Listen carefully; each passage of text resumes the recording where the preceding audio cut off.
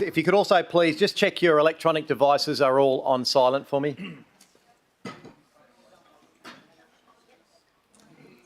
Thanks everyone, and welcome everybody. Welcome to those in the gallery, and of course welcome to our viewers who are at home watching the meeting via the live stream tonight. We'll start by asking you to please be upstanding. Deputy Mayor Migdale, if you could read the opening prayer for us.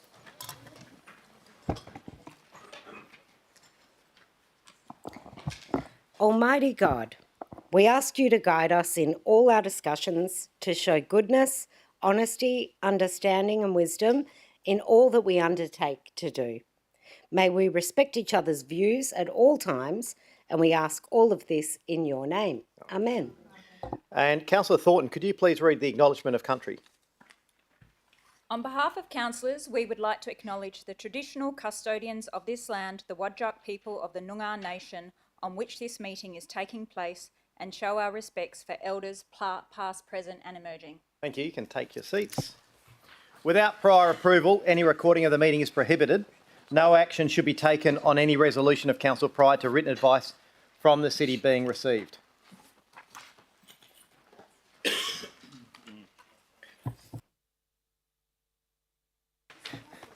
That brings to item 1, the official opening. Ladies and gentlemen, I declare the council meeting on the 23rd of September 2025 open at 6:31 p.m. We do have an apology for this evening. Councillor Michael Dudek. 3, approved leave of absence. I have nil. 4, disclosure of interests. From the Community and Resource Committee on the 16th of September 2025, there were 7 disclosures of interest, and they are displayed on the screen behind me.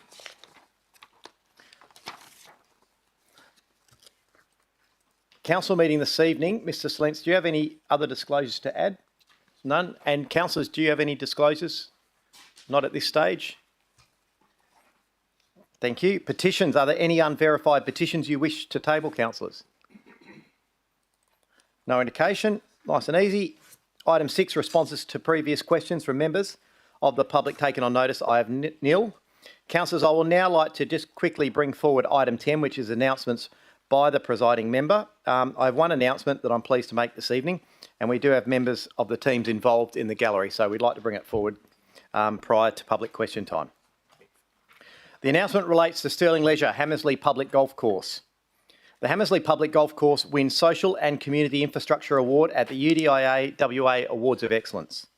On Saturday the 13th of September 2025, I, together with Councillor Kristovich, Councillor Perkov, the CEO and some of our team, attended the 2025 UDIA WA Awards for Excellence.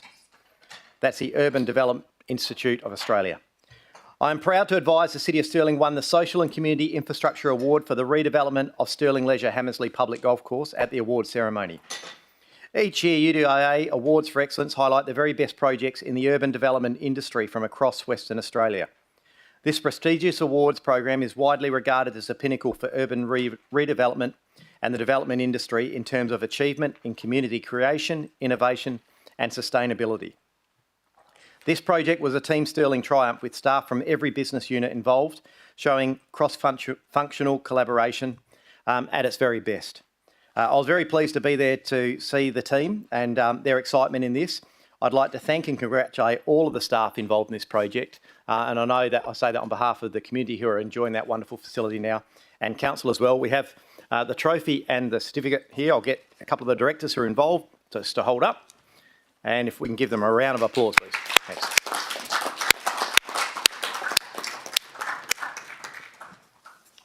Well done, team. We'll now move on to item 7, public question time. We have received some questions for tonight's meeting. So let's get started. And I'll start with you, Mr. Jeff Smith, if you'd like to come forward. Thank you. And just to get us started, if you press that bottom right-hand silver button, that's it. The red light can stay on now. Just your name and suburb to start, and then your first question, sir. Name's Jeff Smith, live in Stirling. First question. The Urbacqua report cites the Cedric Street Wetland Function Replacement Master Plan in support of their claims that numerous ministerial conditions have been met. It is a critical document which underpins the city's position. However, on page 15 of the Urbacqua report, page 44 of the agenda, they state, unfortunately, the city does not have a completed copy of this document. The city has a draft Word version, so is unable to review the detailed design plans, including habitat maps, detailed biological specifications, including flora and fauna selections, and landscape design, as these parts of the document are not available. Question. Do the councils believe that using a totally unlocked, unapproved, editable Word document that is missing vital information, including the detailed design plans and habitat maps, is sufficiently adequate to support the city's claim that the constructed wetlands are compliant? Thank you for that question. It is on the agenda this evening for councils to make that determination. I'll get Mr Hunter to provide a response. Through you, Mr Mayor, yes, we can confirm that the report isn't complete. There are some gaps in the information, but an extensive search through DEWA and the city, that is the best version that we've got.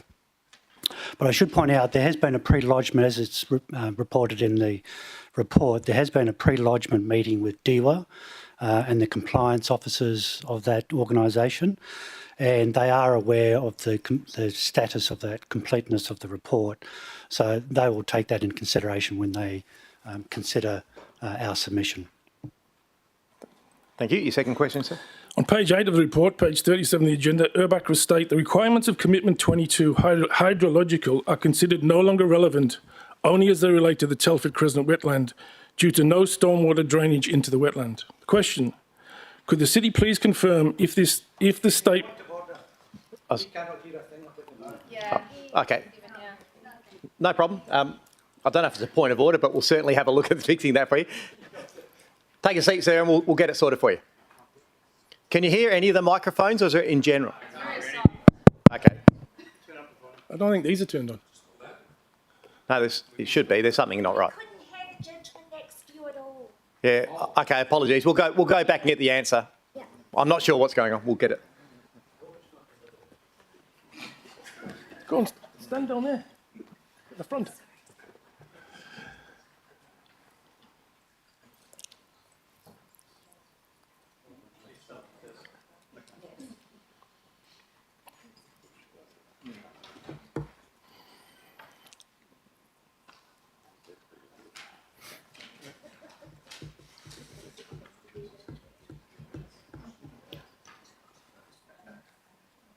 Can't hear any of them.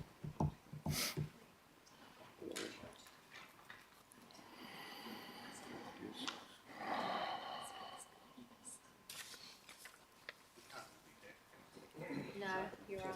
You can't.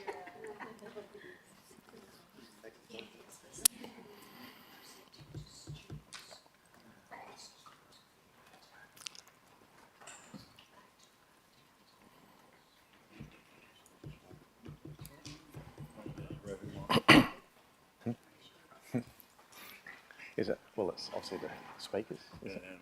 Yeah.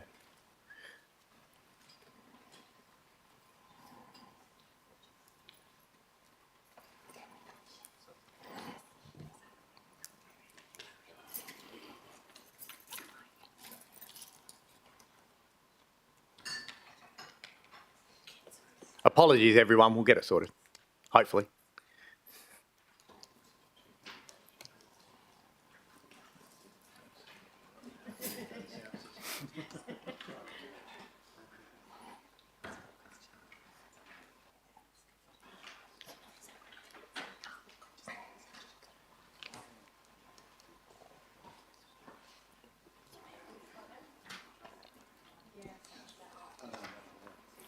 All right.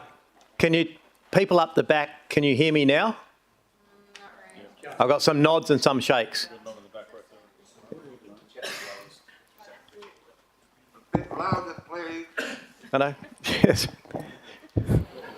Can you hear me now? Okay. All right, let's see if we can persevere with that. And if I can ask you, if you are asking questions, to obviously project your voice as well. Let's get a recap, Mr Hunter, just on the first question, please. Hold it nice and close. Yeah, thanks, Mr Mayor. I can confirm that there has been a pre-lodgement meeting with compliance officers of the Department of Water and Environmental Regulation, and we of course did put in the report that that is the best version that we've got of that master plan, and the compliance officers within DEWA are aware of the degree of completeness of that report. Incompleteness. Sorry? Thank you. Did you say, sorry, did you say completeness there or incompleteness? They said they're happy with the completeness of the report. All right. Your second question, sir. Second question. On page 8 of the report, page 37 of the agenda, URBAC would state the requirements of Commitment 22 hydrological are considered no longer relevant only as they relate to the Telford Crescent wetland due to no stormwater drainage into the wetland. The question is, could the city please confirm if this statement is still correct, or is the wetland now being used to collect stormwater from the Mitchell Freeway? Thank you. Mr Hunter? Thank you, Mr Mayor. Yes, we are aware that a portion of the new freeway section does drain into Talia. I'm advised by our drainage engineers within the city that this is not an unusual circumstance across the city where there's low-lying land adjacent to the freeway or major roads that does consequentially drain into those wetlands. But we are keen to engage with Main Roads to see if there's not some way to improve water quality that comes off the freeway reservation. And your third question? On page 7 of the URBAC report, page 36 of the agenda, the aerial photograph shows the extent of the Telford Crescent wetland ephemeral bushland zone that was cleared as part of the Stevenson Avenue extension project. It would appear that the city constructed a major part of this wetland on land owned by Main Roads WA. Question: given Main Roads WA removed a large part of the ephemeral bushland zone that was on their land, and given URBAC has no way of quantifying the amount of ephemeral bushland zone that was required for compliance to MS 522, how can the city support the submission of this desktop report to DEWA? Thank you. Mr Hunter? Thank you, Mr Mayor. I can confirm that the water body is on Council's reserve, or the State Reserve, which is under the management of the city. And the clearing of the vegetation adjacent to Talia Lake was done on reservation land that's with Main Roads WA. And it's not, just for clarification, it's not bushland. It was River Red Gum forest. With some understory, so there is a difference. Thank you for your questions, Mr Smith. Thank you. Tony Carter.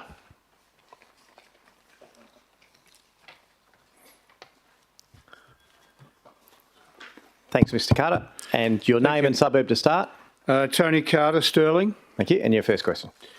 Thank you, Mayor and councillors. In March 2004, the Department of the Environment approved the Cedric Street Wetland Replacement Master Plan, and in a letter addressed to Mr Daniel Raja, pages 56 and 57 of the agenda, they state, and I quote, "Consequently, the City of Stirling may implement the proposal in accordance with the approved management plans as they relate to the Telford Crescent wetland and the already constructed wetlands in Rosalie and Princeton Estates." Now, that's the preamble, Mr Mayor. Yep. I'll ask the question 1. Happy for me to proceed? Yes. Yep. Why is the city now trying to claim that the wetlands in Rosalie and Princeton do not need to comply with MS 522 and the DOE, Department of the Environment, approved master plan? Thank you. Mr Hunter? Thank you, Mr Mayor. The story is a complex one. It doesn't rely on one particular document. It consists of a series of documents by the state government, by consultants and by council. It consists of 4 ministerial statements along with EPA bulletins. So it is a complex story that runs over many decades. Ultimately, it would be up to the EPA to make sense of that storyline and the documentation that would be presented. Thank you. Your second question? Thank you, Mayor. In the same letter addressed to Daniel Raja, the Department of the Environment state, I quote, "The assessment of the master plan has not included assessment of Appendix F, Princeton brackets, Hamilton Lakes bracket, management plan, or Appendix G, Rosalie management plan." Question: did the city ever receive approval for the Rosalie and Princeton management plans as required in the Department of the Environment approval letter? And if so, could the residents be provided with copies of that plans for their reference, please? Mr Hunter? Mr Mayor, for accuracy, I would like to take that on notice. Sure. So we'll take that one on notice and provide you a response in writing. That one. Thank you. Question 3. Does the fact that the Department of the Environment specifically state in the letter that the Rosalie and Princeton management plans, I quote, "shall be assessed," end of quote, for compliance against the conditions of MS 522 and 630 not provide sufficient evidence that the constructed wetlands of Rosalie and Princeton need to be compliant. Thank you. Mr Hunter. Yeah, thank you, Mr Mayor. That is in the letter of 2004. The question which will be uppermost in the minds of the compliance officers and EPA of DEWA is, did it have to comply with the requirements of MS 522? That's the critical question. It is referred to, but did it have to comply with MS 522? Thank you for your questions. Thank you, Mayor and councillors and officers. William Kelly.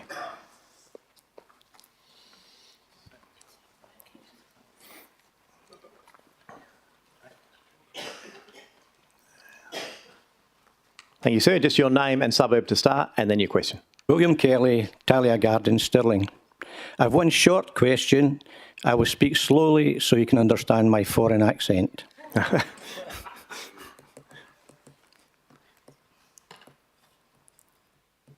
I can find it. Residents have a strong collective feeling that their concerns are being dismissed and responsibility shifted back onto them, instead of the council pursuing matters on their behalf.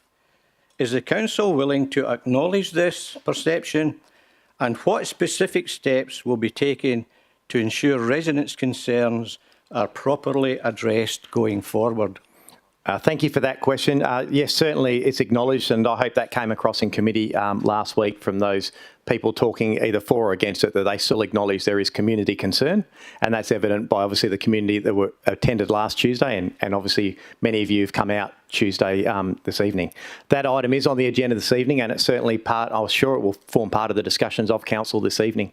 But the CEO and the administration team and the council are here, and they certainly hear your concerns. Thank you. Joanna Jacobs.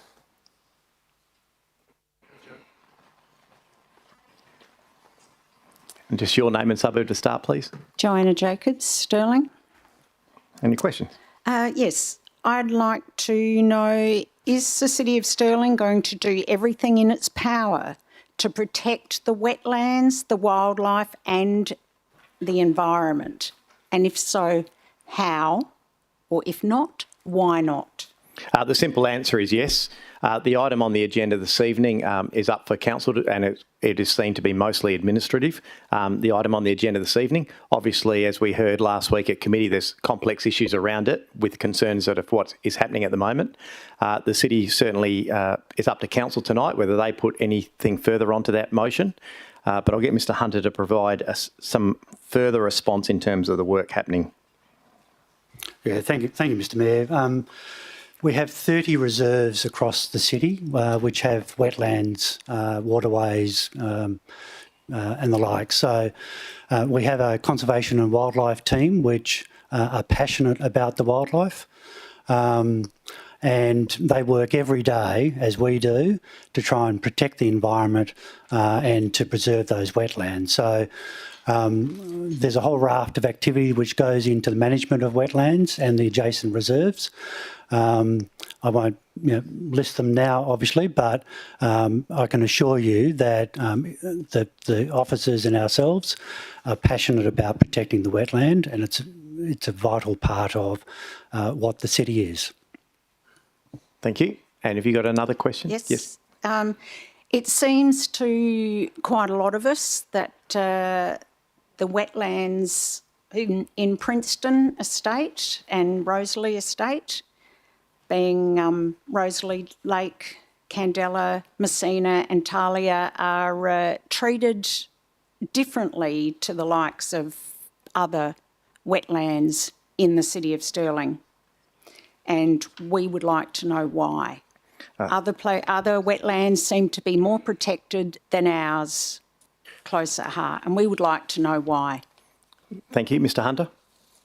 Thank you, Mr Mayor. We are completely objective about the wetlands that we manage. Every one is precious for us. Many have different pressures on them, be they koi or carp. Sometimes there's foxes which roam around wetlands and causing damage to wildlife. Each has their own specific uniqueness, but I can assure you those wetlands of Rosalie and Princeton, etc., are an important part of the network of wetlands in the Stirling. Thank you. And do you have a further question? Yes. Further along the lines of protecting the wetlands, if people are allowed to fish for carp that we know are detrimental to the environment, why, when the carp could be trapped in other ways to be removed by the city, but if people are allowed to fish in these wetlands and cause damage to the wildlife and to the environment, how does the City of Stirling explain information that's on the website stating, quote, fish elsewhere, protect our urban wetlands, and also, quote, the City of Stirling is urging residents and visitors to avoid fishing in urban wetlands to protect local wildlife and maintain wetland health? Thank you for that question. Look, the messaging on the website would align with the signage around our wetland areas and the response of the officers in terms of responding to those. We certainly acknowledge that it is going on, but it's certainly not permitted to be fishing in those wetlands. That's why the teams are out there monitoring. The teams are not stopping. The rangers are not. Sorry, it's not for debate. So they are, and I'll get Mr. Quirk to provide a response. Maybe not 24/7, but they are. Mr. Quirk? Sorry. No, they're not. I'm sorry, members of the public, this isn't for an open debate or screaming match. I'm providing you a response. I expect respect from you and I'll respect your questions. Thank you. Fair enough. Through you, Mr. Mayor. So, look, under our local laws, fishing specifically is not prohibited. Now, that is something that we are going to look to close through our next review of that local law.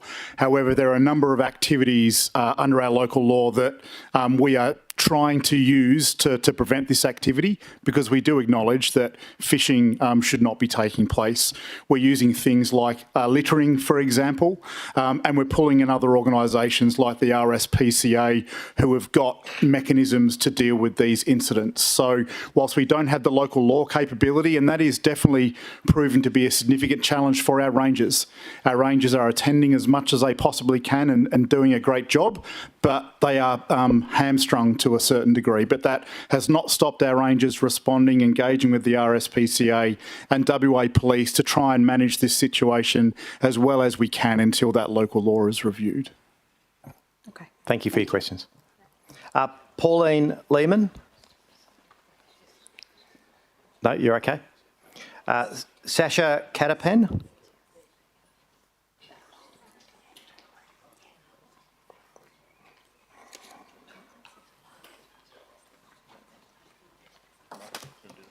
And just before you start, I will just rule, we have been going for 15 minutes, so I rule to extend it for a further 30 minutes to allow sufficient time to answer the questions we have on hand. And I'll ask you to start with your name and suburb, please. Sasha Katapan, Stirling. My questions also relate to the wetlands. On your website, it states the city is undertaking a range of conservation management initiatives to protect our flora and fauna. We also have the feeding wildlife is an illegal offence under the Biodiversity Conservation Act 2016 and the City of Stirling's Health Local Law 2009. What can be done about the increasing problem of white bread being thrown into our lakes at Rosalie and Princeton Estates to supposedly attract fish for people who want to fish in the area? However, it is attracting the native birds who are eating the bread, and we are concerned about the outbreak of botulism and the health of the ecosystem and the water quality. Thank you. I'll get Mr. Quirk to provide. Is that under your? Look, partially, through you, Mr. Mayor. Certainly one of the provisions we do have under our local law is basically activities that negatively impact flora and fauna. So I've got to say, I don't think we've ever had to try and mitigate an issue such as this, but that is one of the the things that we can investigate further, because that is something that's in our local law that we may be able to utilise. But I guess it just shows the complex nature of this particular activity. So even with our local law, it's not going to be easy to prevent people throwing white bread into these lakes, unfortunately. But we're certainly aware of the issues and all the contributing factors, and we'll continue to do as much as we possibly can. Okay. My next question is, on Saturday, there were teenagers fishing right next to a playground area. If a child or an adult steps on a left-out fishing rod or hook and gets injured, who is responsible? Thank you for that question. Who should I go to for that one? Ms Hawkins? Thank you, Mr Mayor. Thank you for the question. That would be the person that's fishing that would be responsible in terms of leaving those items unattended. And if they are a teenager? Yeah, they're still responsible. They're still responsible? If If you don't know who's done it because they've left it there and they've left the scene? Yeah, and I understand you're highlighting an issue, but that is a response, and the reality is, if you're talking about insurance issues, there is insurance, local government insurance, but it's not going to go anywhere. It's the person's responsibility for leaving it there, as with anything. All right, and my final question is, I'm sure you are aware that there also has been incidents of swans being purposefully hooked by these individuals who have been throwing bread into the lake, luring the swan over and then hooking it on purpose. The swans have now not been seen since. What is the council doing to prevent this happening in the future? Yeah, thank you. Mr Quirk? Through you, Mr Mayor. So I am certainly aware that there's one active investigation open at the moment through the RSPCA, which relates to one of those particular incidents. Again, all we can do is try to use the mechanisms under our local law, either related to detrimental behaviour to property or taking or injuring fauna. So they are mechanisms that we've got under our local law, but it's always difficult catching people in the act and then having enough information and evidence to pursue prosecution. But again, what we're really trying to do is get our rangers out there with WA Police, with the RSPCA, as much as we possibly can. But that is difficult because all those agencies, police and rangers in particular, are pulled across all parts of the city and need to respond on a prioritised basis. Thank you. Thank you for your questions. And I have Nikhil Makandala. Hopefully I pronounced that close. And your name and suburb, sir. Hi, Nikhil Mukundala, Stirling. The Council today has acknowledged the City's stance on wildlife preservation and protection. You have stated that rangers have been in attendance. What is a ranger's duty in response to a report of fishing at any of our lakes, whether it be Rosalie, Princeton or Talia? Thank you. Mr Quirk? Through you, Mr Mayor, as I said previously, specifically, fishing is not prohibited in wetlands under our local law.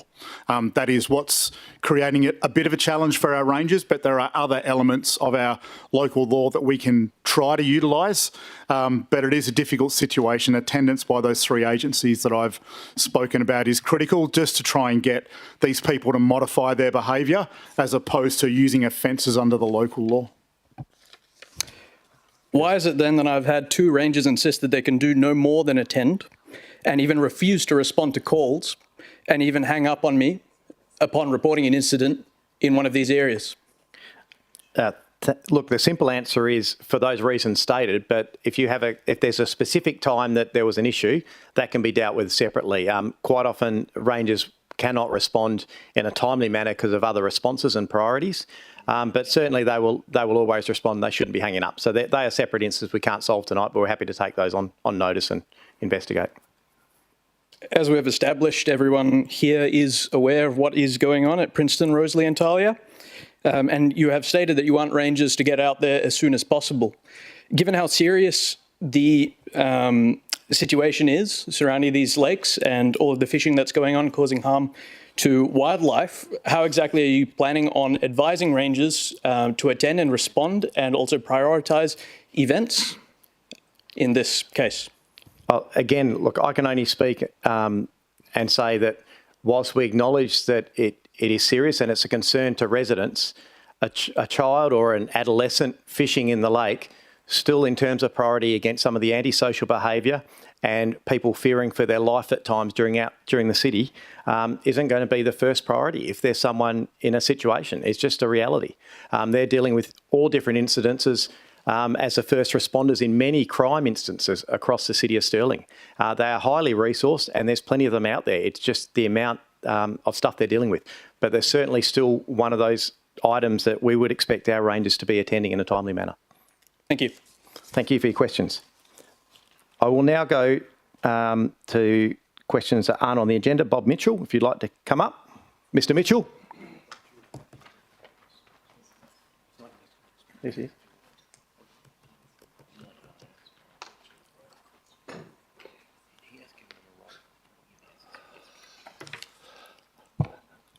Robert Mitchell, Karrinyup. Good evening, Mayor, councillors. Evening. And I'd like a point of order. All the councillors paying attention. Thanks. Oh, they are now. I don't know if that's a point of order either. Been typing ever since you got in here, haven't you? That's all right. They're not Okay. they're not here to answer your questions. We are, Mr. Mitchell. Let's go. Mayor, Yes. I want to ask about this 3 metre wide boardwalk or broad boardwalk. Now, what advisory group contributed to the proposed boardwalk between Scarborough and Trigg, an A-class environmental reserve perpetuated as bushland forever? Was there someone that was consulted about this 3 metre boardwalk? Yes, I'm just waiting. Is that the end of your first question? Because I've got it written here and there's a bit more. This is a boardwalk to view the ocean, foreshore environment. Why does an ornamental whale's tail canopy be needed? Why ornamental and foot lighting? Why the inclusion of artworks to be vandalised? Has all this proposal been sanctioned by the state government of Western Australia?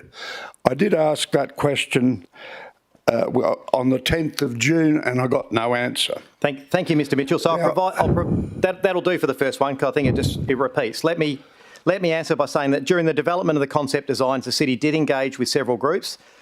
The Nalang Maya Wajkani group, in terms of cultural significance of the project, state government agencies also including Department of Planning, Lands and Heritage, Department of Water and Environmental Regulation, Department of Biodiversity, Conservation and Attraction were also engaged in this project. Some of those other questions relating to design elements or engagement with state government in terms of being sanctioned are future stages of the project when and if it proceeds. And your second question, Mr. Mitchell. Yeah, and we have got the writing, so we'll give you the full response in writing. I've got the message wrapped up here in the question I want answered. Mayor, are these guidelines available for public information and, if necessary, comment? I would appreciate your answers to the above as a council. I'll accept that in writing. Yes, so the rest of that we'll give you in writing, Mr. Mitchell. So your second question? Now,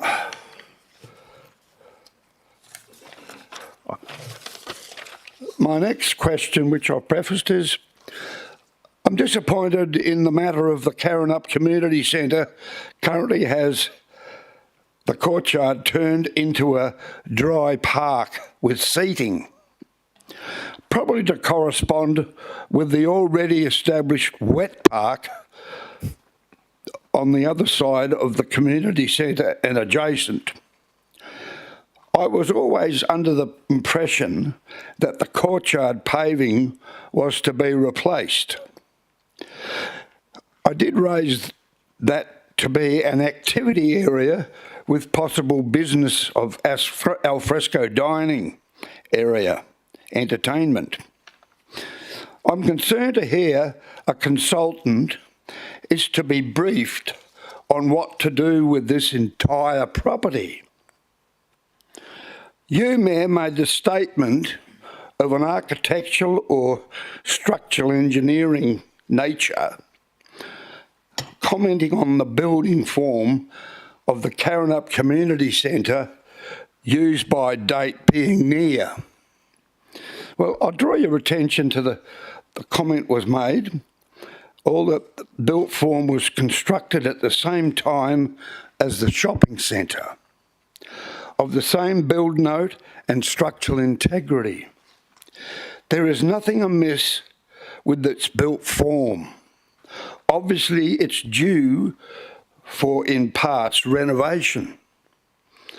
Please consider that any matter regarding building or structural matters to the property any time will, over the next 10 years, be an inconvenience for all doing business at the shopping centre site. Major property development is due to commence on the west side of the shopping property. That will be over the next few years, then other development will occur after that. Presently, the T-junction of Burrows Road and Karrinyup Road is severely congested and will get worse shortly. The question here is, what is the point of seeking consultation on the property when it will be 8 to 10 years before you can justify any type of development? Circumstances can change over the intermittent years, and advice today may not be applicable in the near distant future. I'll take a written reply on that, Matt. And I can give you some now, Mr Mitchell. That there is an item that Council has previously considered. The consultant is working with the City of Stirling and with the owners of Karrinyup Shopping Centre to determine if there is a future built form where those sites that the City owns can be used to our benefit to deliver a new community centre and a new library and possibly other amenity in that location or a similar location. Anything that comes of that would come back to Council and be in the public domain for public to decide. At that time, Council may also decide that they like the brutalistic architecture, I believe it's called, of the Karrinyup Library and spend the money on redevelopment. That can be decided at that time. The T-junction is known to be an issue. It is main roads, and the City has previously taken that up and is working with main roads on that issue. And your third question to finish off, Mr Mitchell. Mayor, I'd like to continue with my third question. That would be good. Recently, it was announced that the Council were looking to seek expressions of interest or tender into buying an investment property with funds from the Council's reserve funds. The figure suggested extracted was $20 million. Has that transpired? I'll let you keep going because you only get one question here, and I know you've otherwise. Wait a minute, no. This is still about finance. Now, but Mr. Mitchell, Mr. Mitchell, you get one question. I'm being very lenient with you. Just quickly keep reading them, and I'll answer them in one. Can it be publicly announced? Also, I draw your attention to the proposed sale of developed property in Scarborough, land lots, via sale by a real estate agent being appointed. This is in Bazaar Terrace in Scarborough. Yes. Yeah. Now, also draw, yeah. Property dealing with the City of Stirling being a public utility should be open and transparent. Sold either by public auction or expressions of interest, accompanied by a price. Thank you, Mr. Mitchell. The City is very aware of that. There's two different issues there. The first one is $20 million. It is not for a single property. Okay. Major land transactions have to be public. That's why Council approved a total spend of up to $20 million. The City buys investment property to offset rates. Since that Council agenda item, although offers have been made on significant properties, not the full value, they haven't been successful. The lots on Bazaar Terrace have not been sold yet. It was a Council agenda item quite a while ago. Those lots have undergone a subdivision, and when they go to market, they'll follow the statutory process and they will be advertised. There you go. This will be on the open market then? Certainly will be, Mr Mitchell. You are welcome to move to Bazaar Terrace. Well, I'll see in your answer. Thank you. Thank you. Roland Hadley. I reckon there's about 18 questions there, if I was being honest, but Mr Hadley, name and suburb. Still Mr Hadley, Woodlands. Good evening all. Mayor Irwin, why do you not simply state to ratepayers that you personally want to demolish the Carnup Library and Activity Centre and construct an 8 or 10-storey building? Remarks regarding limited parking, low patronage and access are totally irrelevant and misleading. And unless you are a registered civil engineer, the premises are not terminable. Thank you for the question. I have no intent. I actually quite like it. I've been an advocate for keeping the building, if I was being honest. I like the Carnup building. I actually don't mind the architecture of it, but it's not my decision. It'll be a council decision. I have no intent to build any multi-storey high-rise on top of that. That would be entirely a council decision based on the outcomes for the community. Thank you. Ratepayers were informed that this proposed boardwalk will create connectivity between two key destinations and taking a light touch approach to protect the diversity. That last statement, ratepayers, means some 5,200 square metres will be permanently committed to the dark side. Ratepayers do not want another rate increase, so who is going to pay for this 25 to 30 million project? Thank you for that question. It is currently just finished consultation process. All of those results are now online for the public to see. The city will then bring it back, or the administration will bring it back for a council decision, probably expected around November, where council will note those the feedback received during the consultation, including the support or objections, and the feedback will then lead council to make a determination if any money is needed. The proposal will then proceed to environmental sign-offs and more detailed design, at which stage council will determine how it could be funded. It is not determined at this stage that rates would be used to fund it. Ratepayers who witnessed Mayor Irwin on TV last week saying that there was 70% overwhelming community support for his boardwalk probably laughed, cringed, or simply could not believe what they were hearing. 2,400 submissions out of roughly 249,000 residents in this city. Why was the notice not attached to the race notice, advising of the impending City of Stirling survey? And was there any notices published in the Perth Now local editions for Dianella, Inglewood, and Mirrabooka Centre, and using the libraries? This Scarborough-centric survey has been a blatantly biased, manipulative exercise, and full extensive consultation has certainly not occurred in this city of choice. The public expect and deserve better, Mayor Irwin, and ratepayers want to know if you will now resign. Thank you for that question, Mr Hadley. No, I will not resign. All I stated on TV was the facts. It was significant consultation. 2,500 ratepayers across the city of Stirling responded to this survey. 70% supported this project. The city will take those comments on board and will determine what the next steps are. It's been one of the most significant consultations ever done by the city of Stirling, in fact. I would totally disagree, and probably others do as well. Thank you. Thank you, Mr Hadley. 70% of 2,500 don't. Are there any other questions from the gallery that I've missed? If not, I thank you for your patience and thank you for coming out tonight to ask those questions. Before I move on, I will just go to Mr Salence. There's just been a couple of other disclosures we'll get read out. Thank you, Mr Mayor. Yes, I've got 3 more disclosures to make. The first 2 disclosures are from Councillor Olo for item 12.1 CC1, the first item in regards to the news. It's an impartiality interest as she has met with residents. Also, Mayor, item 12.1 P1, the wetlands, the relocation of the City Street wetland items, an impartiality interest as she has met with the residents. and also have another disclosure of interest from Councillor Thornton for the same item 12.1P1, some partiality interests as she has met with residents of the area. Thanks, Mr Mayor. Thank you. I'm assuming they were already up there in that first lot. No? No? Can I just have clarification, Councillor Olo, CC1, the Ward News you've met with residents over? Was that? Can I just check you got the right item? Yes?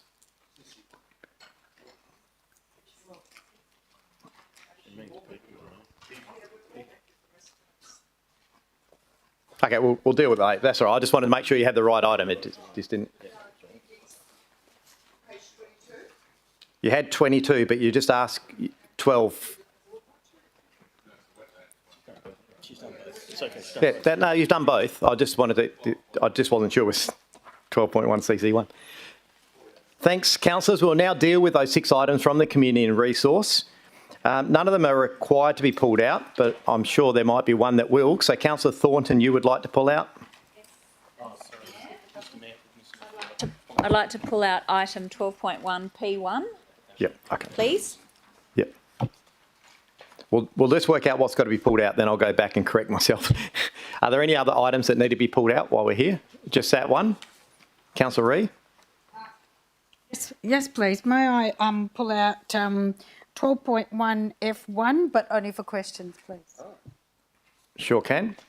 All right, just before we move on to those 2 items, I somehow just got myself all excited and jumped over a few. Item 8, applications for leave of absence. Do we have any indications? None. 9, confirmation of minutes. And if we can get councillors, if I can have a mover and a seconder for the minutes of the ordinary meeting held on the 9th of September. Councillor Kristovich, seconded Deputy Mayor. And just a show of hands, councillors, for those minutes to accept them. That's unanimous. Thank you. We have no unresolved business for item 11, and now we will go to item 12. We'll start with item 12.1 CC1. Sorry, no, we won't.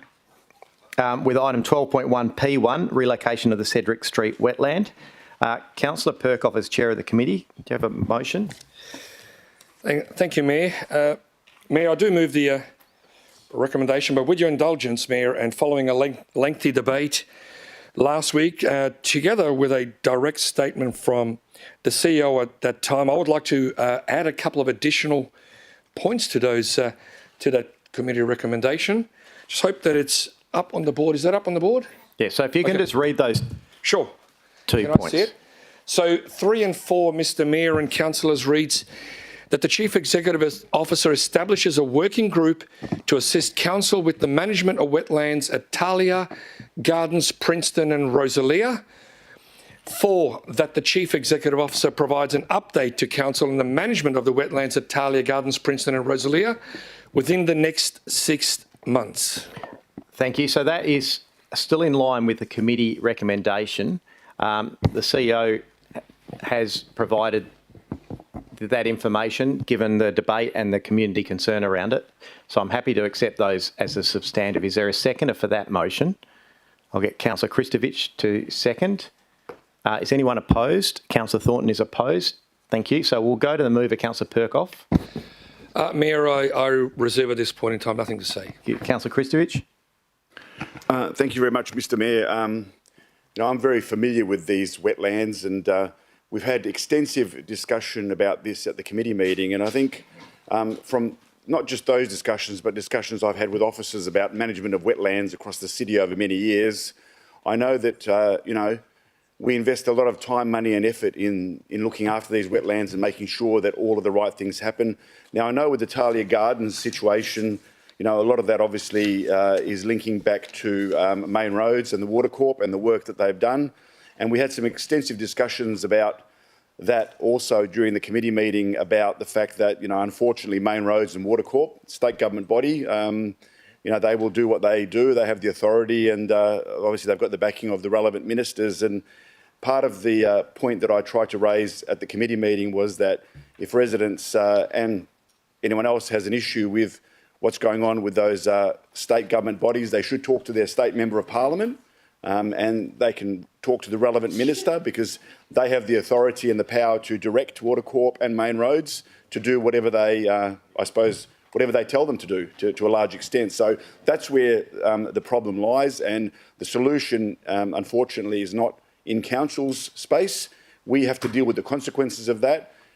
In terms of looking after the wetlands, I think that the establishment of working group, focus, changing the bylaws to deal with the fishing issue, I think they're all positive things. I think it's safe to say that everybody around this table is very interested to make sure that we have good outcomes for all of our wetlands, including the 3 that have listed up there. And from my perspective and from the experience I've had in dealing with this area, I think we're on the right path to try and get the best outcomes possible. Now, if there was something else that I thought needed to be done, or if I thought different approach needed to be done, I would support that. But based on what we're trying to achieve, what the community wants, I think we're on the right path as a council. And I think setting up the working groups, involving the local residents so they're proactively active, changing the bylaws so that we can deal with that. Bearing in mind, of course, that we've only got a certain number of ranges. There's a lot of issues, and I know the community has high expectations, but I think, as we know, if you call the police for a crime, chances of them coming are very slim, depending on what that crime is and how high up on the pecking order it is in terms of priority. So, there's only limited resources, and we have to try and do the best that we can. Maybe there's opportunities for some surveillance cameras or something to be set up in some of these wetlands if that's an issue. I'm sure those sort of things can be discussed by the working group, but I'm confident that, at least from the council perspective, what we're proposing to do there will look after the wetlands in the best possible way that we can do. And I'll continue, obviously, to walk around those wetlands and have a look and be engaged around the area. But I would really say that, I think what we've put up there is in the community's interest. It's the best thing to do at this point in time, and that's why I'll support that motion. Thank you. Councillor Thornton.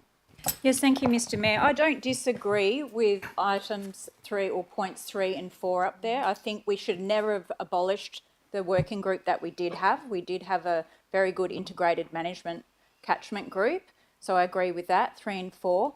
But I don't support that we authorise and forward that compliance report based on clear omissions and also misleading statements as well. So with every ethical and moral bone in my body and with the greatest respect, I cannot support that compliance report. It demonstrably fails to show compliance with legally binding, mind you, ministerial statements. These statements are statutory instruments under the Environmental Protection Act. They are not discretionary, they are not optional, and they cannot be replaced with city strategic plans of our own making. As I mentioned before, the report contains anomalies and omissions. It reads more like a first or second draft, not a final statutory report. To accept this would be to endorse non-compliance and potentially expose the city, which I think we should acknowledge. 5 key failures, I believe, are present in this report. They are 5 key areas which the report failed to highlight. Condition 3.1, maintain or improve the wetland functions. We need to remember that Talia Lake was created as a functional replacement wetland for an ancient wetland that was replaced. It's not an ornamental sump land. It has ecological, or was supposed to have ecological, hydrological and social functions. Okay. Now what we've got is freeway stormwater flowing directly into this lake when specifically in the Environmental Management Plan it stated not to have stormwater running in it.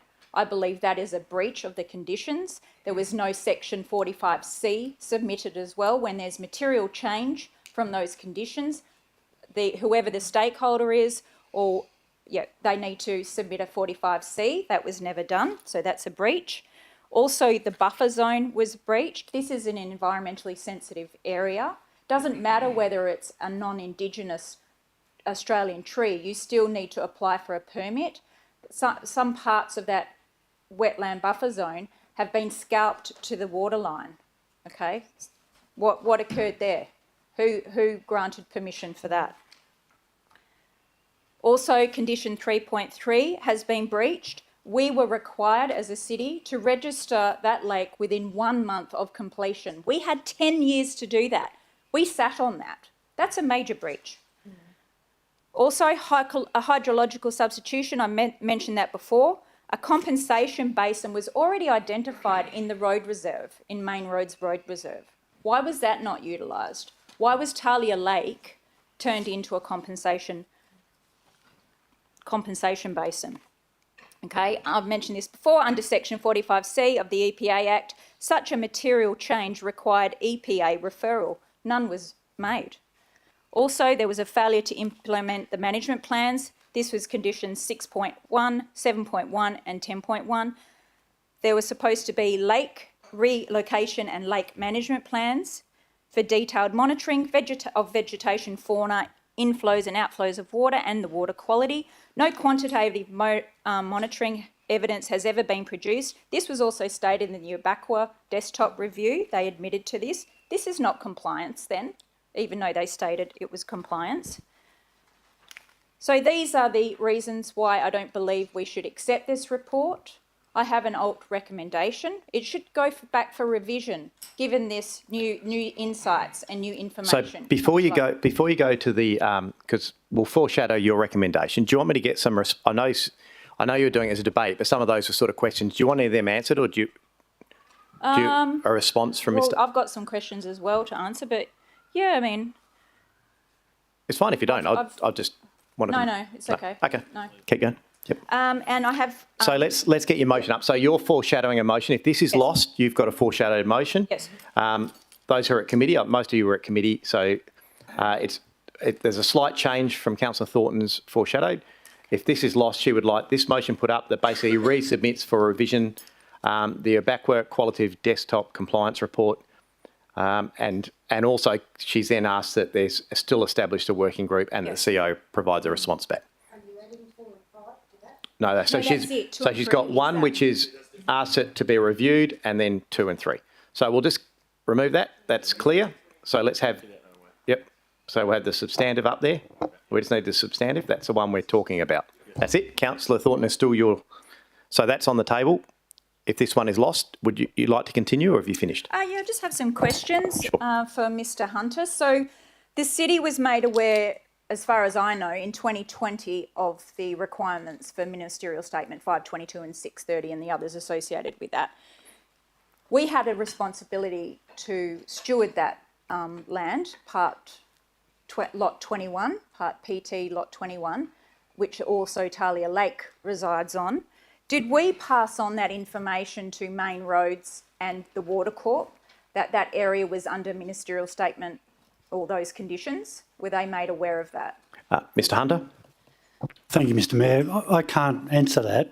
I don't know whether Main Roads were aware of Ministerial Statement 522. You'd expect so. Thank you. Councillor? Yeah, thank you. I've just got another question about the application for the clearing permit on an environmentally sensitive land. Okay, what was the reasons around that for applying for that clearing permit and it was rejected? I think there was a memo that came out. Mr. Hunter? Yeah, thanks, Mr. Mayor. The clearing permit was one of 5, I think, wetlands in relation to bulrush vegetation. And the DEWA knocked that back, thinking that it's a native plant, but it's actually an exotic bulrush. And as a result, we didn't remove that vegetation. Councillor? So sorry, just let me establish that's a weed and they knocked it back. Thank you. So there was a memo that came up at committee, Councillor. And Trying to establish. yeah, so the clearing permit was specifically for bulrush as a weed. Yeah. And that was rejected, so that was left there. Okay. Well, as far as I am aware, we don't need a clearing permit for weeds. So why did we apply for a clearing permit for weeds when we don't need one? Mr. Hunter? Thank you, Mr. Mayor. As I explained at committee, there are 2 types of bulrush. There's an exotic version and a native version. They have hybridised and cross-pollinated, and there's, I guess, an acceptance in some quarters that the exotic version of bulrush has naturalised to the point where it's not worthwhile removing as an exotic weed. We don't believe that. We differ in our opinion to DEWA, but DEWA are the final arbiters on this stuff. Councillor Thornton? You happy with that? Okay. Deputy Mayor, got you. I would like to request officers' comment on all of the issues that have been raised so that I can understand whether we should be looking... I'm not going to allow that. Why? Sorry, Deputy Mayor. If you've got a question through me to officers, I'm happy to do it, but there's a very significant amount of information in this report, and I think they would need to know where you're heading with this. If you've got... Well, saying it's not compliant and that it needs to go back for review, I need an answer to that. I don't know. So it's not on the table at the moment. I think the report is quite clear. Officers would state that they believe the ministerial requirements have been complied with and that it should be submitted to DEWA. That's the essence of the report. Councillor Thornton is quite reasonable. She's saying she doesn't believe they've been met. She thinks it needs further review. It's up to council to read the agenda item and make their determination on that. It was discussed heavily at committee. But I'm happy to take questions, but I think it would just need a lot more specifics if you want one. Let's see how we go. Is there anyone else who'd like to speak first? Councillor Reid? I did ask before, thank you very much, and your additions. And I think Councillor Thornton's right that we would be in a bad situation, I believe, by agreeing to this, because like the Stirling City Centre structure plan, which we didn't find out until not long ago that it wasn't signed off. This is another part of that plan that wasn't signed off, and that is disturbing. As a councillors around the table, when we agree to things, and for those that were involved in the Stirling City Centre, it didn't go for one meeting, it went for years. Us meeting, wetland people, other people from around the world came and talked to us about things. It wasn't a 5-minute thing. We had lots and lots of people from all over the city of Stirling and outside the city of Stirling come and listen to where we were going with all the wetlands. And it is disturbing to find that it wasn't signed off. It's disturbing still. The Stirling City Centre wasn't signed off, the structure plan. So that to me is a management issue which we've only been aware of recently. So that's one issue. Secondly... So can I get comment? Who can provide me comment as officers on the Stirling City Centre not being signed off? I'm not... Ms Shears? You can ask... I'll go Ms Shears. Through you, Mr Mayor, that's correct. The Stirling City Centre structure plan is still in draft form. However, elements of, I guess, the intent of that document have been included in the planning scheme. So the structure plan itself is draft. However, it is still guiding development of that area. Thank you. That's right. Continue. It is a concern that we have to have a draft for what, 100 years? It's a bit like, Stevenson, 1955 plan. I just think it's fair. Stevenson out here. I just think it's fair because you're using it to make it sound like something really bad has happened. That's why. Well, it is because we couldn't go forward with some things because we didn't have the plan approved. So, Mr Roddick? That stopped a lot of things. Through you, Mr Mayor. Councillor Reid, the council adopted the structure plan in December 2014. It's been with the West Australian Planning Commission for over 10 years, and as Ms Shears says, it has not been approved by them, but our planning for that area is consistent with that structure plan at the moment, because that's all we have, but it hasn't been adopted by the Commission. Thanks. I believe that it came to council last year or the year before, some particular development, and we were told we couldn't enforce it because we still didn't have the structure plan approved. Now, whether the government sat on it for 10 years or not, that should have been in the media instead of some of the other things we do to say, how can we move on? We saw that with the Karrinyup Shopping Centre with no structure plan there. We're sitting here, we're getting consultation, we're telling people what's going on, and then we can't sit there and blame the state government all the time if we're not sitting there out in the media saying, why not?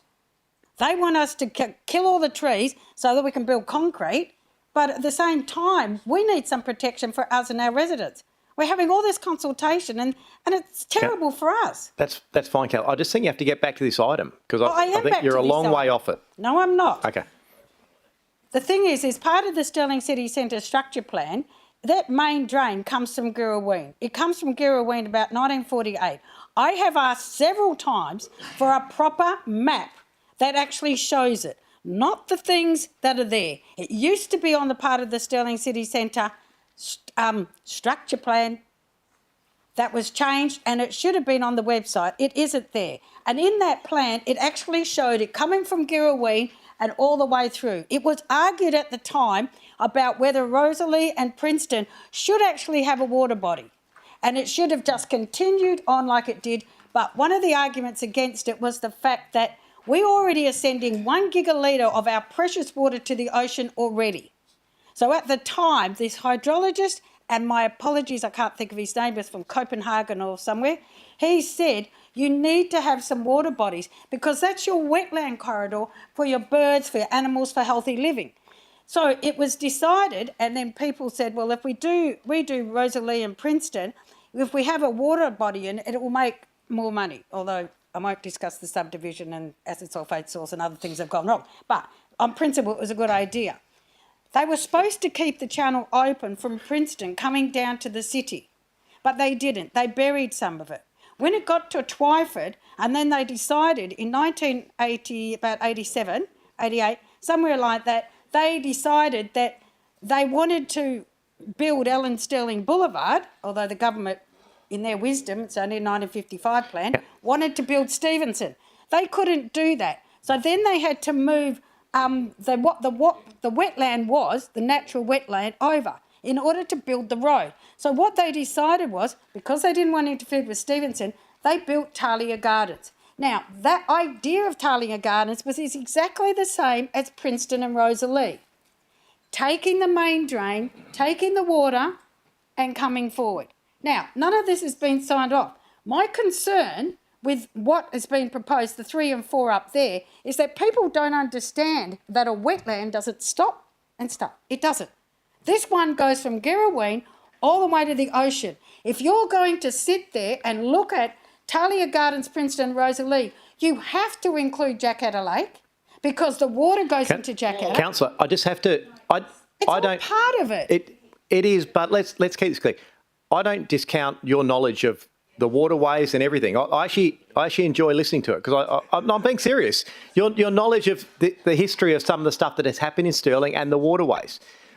But I don't think that DEWA don't acknowledge that there's other waterways, and I certainly don't think our team doesn't acknowledge there's other waterways or that they're interconnected. My point is, though, none of that relates to this agenda item. The city and the people in the gallery and council all agree that there should be wetlands, and everyone agrees that these wetlands were made for a reason. This agenda item is about submitting a compliance assessment report. And I just think you have to keep it on these points because you haven't argued if you support this or not. You're just telling us about all the wetlands and everyone's on that same page. Well, if I can continue. You can. I was just helping you, hopefully. I doubt. The thing about it is, because we didn't have it approved, when we were looking at the Stevenson construction, instead of looking at Talia Gardens and looking at the watercourse, which was a natural drain, and also in this report, it doesn't say that this council agreed that the drain would be called Nookumburra Stream. So it is a big report on that as well. That should have been in there, and it's missing. And that actually talks about the relationship between Talia Gardens and the main drain, which is now concrete and a cesspit and mozzies. It is all connected. So what you're doing over on the east side affects what goes on the west side. And I don't think that this at all actually summarises the issues. And it's exactly what Councillor Thornton said. You cannot have compliance. Even Councillor Thornton doesn't know if you're supporting her or not. Okay, you are getting time. That's why I want you to talk about this item. But that's my point. Okay. You can't continue. Like, there, authorise the streets, no offence, the compliance assessment report. It isn't compliant. That's the whole point. And so she's supporting you. But the point is that what's happening in Talia Gardens affects Princeton. What happens in Talia Gardens affects the drain, affects Jacketta, affects all of us because it's part of a whole system. That isn't in this report. And if you're going to have a working group, are councillors on this working group? because when we had the working group originally for the wetlands, councillors and members of the public, and I was on that group as well. You can be on this group As a with the public CEO. person. Councillor, Well, you've that's got all right. He was on it when he was younger. You've done 5 minutes, so I'll ask you just to wrap up in the next. The only thing is I cannot support one because I do not believe, I think Councillor Thornton's referral is very important. We're not in a hurry, as I think the Chair, Perkoff, found out the other day. I think some question, whether somebody said whether or not. So let's wrap it up now. So we don't need to be in a hurry. So let's get it right. These things have been going on for too long. They're already Mr Mayor, can I extend Councillor Rees for 2 minutes, please? If we can just continue. Well, she shouldn't have to rush. She should be able to speak. Is it more important than anything else? Yep. So I cannot She's getting support weird. this. Thank you. Are there any other councillors who wish to speak? If not, I'll go back to Councillor Perkoff to close debate. Thank you, Mayor. I think we should get back on point here, and thank you, Councillor Rees, for that passionate monologue. Councillor, careful. No, it's. I like listening to it too, Mr. Mayor. Now, Mr. Mayor, councillors, we can't undo what Main Roads did. Now, if you know about myself and Councillor Hatton, we're very protective, extremely protective of all wetlands, particularly because we're from Hammersley Ward. So this is what we do day in, day out. Can I thank the CEO for supporting the council in this challenging issue? That's why we added those couple of extra points there. And I'm absolutely confident, Mr. Mayor, that all of the issues which my learned colleague, Councillor Thornton over here and Councillor Rees have spoken about, all of those issues will be looked at in point 4. Yes, the criteria for the working group will need to be established, but that's fine.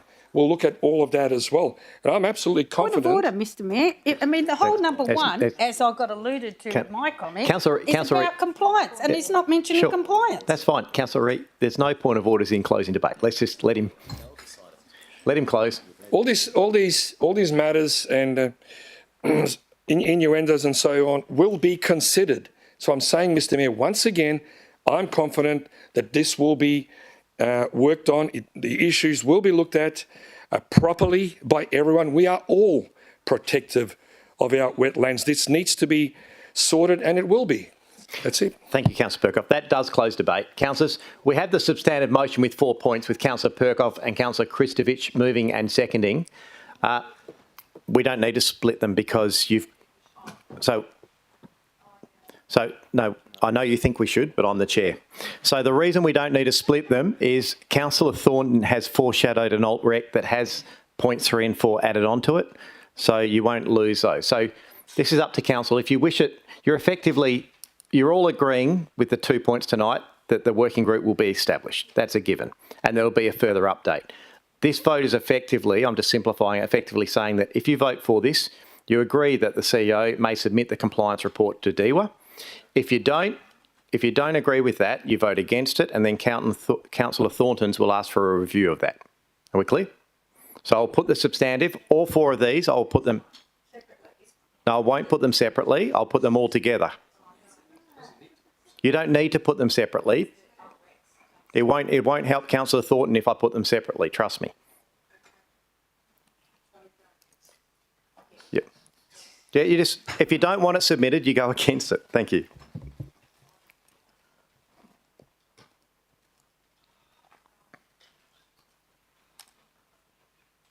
I think we've just got one to go. Councillor Migdal. Thank you, councillors. That motion is carried. So for councillors Ferrante, Giudice, Hatton, Kristovich, Lagan, Papard, Perkoff, Proud and myself. Against councillors Crowdo, Migdal, Olo, Rees and Thornton. Thank you. Careful, Thornton.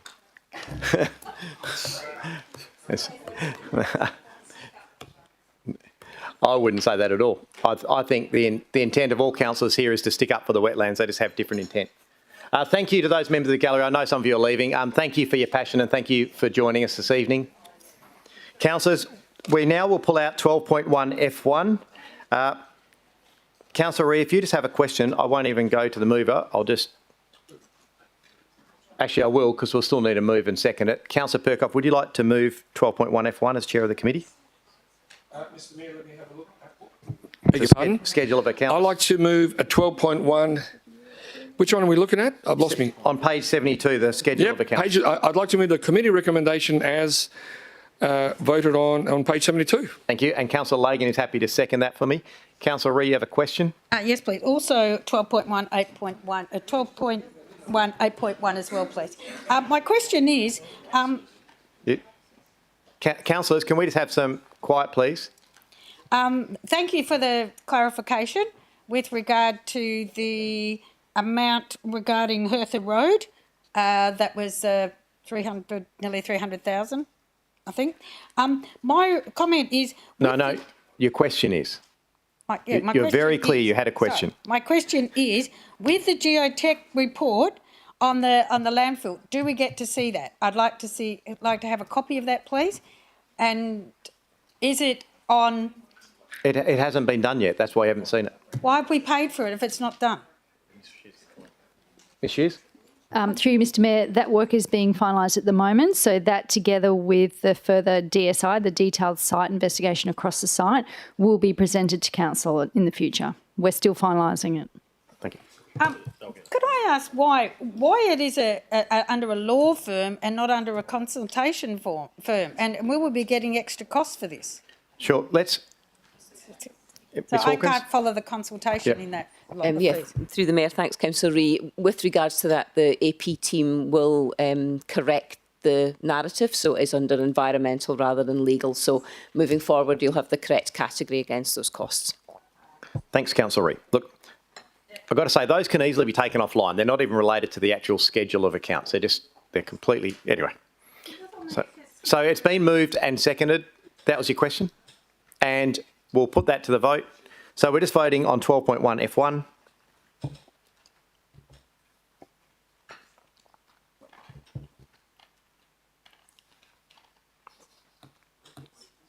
Thanks, councillors. That is unanimous. Councillors, we'll now go to the balance of reports. Ask for a question just on 12.1, 8.1, please.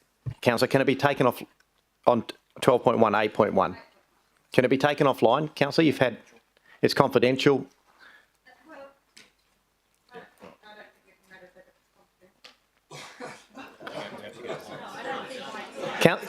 It's only... I don't think my question would worry, but okay, I'll take it offline. But I just don't think it's going to result in a decision making. I think we've had a week. Yep. Go with that, Mark. Thanks. Councillors, can I have Councillor Perkoff, if you'd like to move the balance of reports?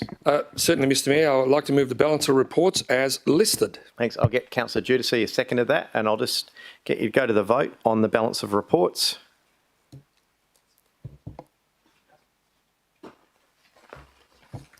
That is unanimous. Thank you, councillors. Members of the gallery, those that are remaining, and those who are watching via the live stream, please note that the remainder of the committee and resource committee recommendations have been adopted by accepted resolution. We'll now proceed to item 13 on the agenda, reports for consideration in accordance with clause 4.24, and I have nil. 14, notice of motions for consideration. I have nil. And 15, notice of motions for consideration at the next meeting. I know I have nil because we're in caretaker period. Item 16, questions by members of which due notice has been given. I have nil. And 17, I have no new business of an urgent nature. Item 18, I have none.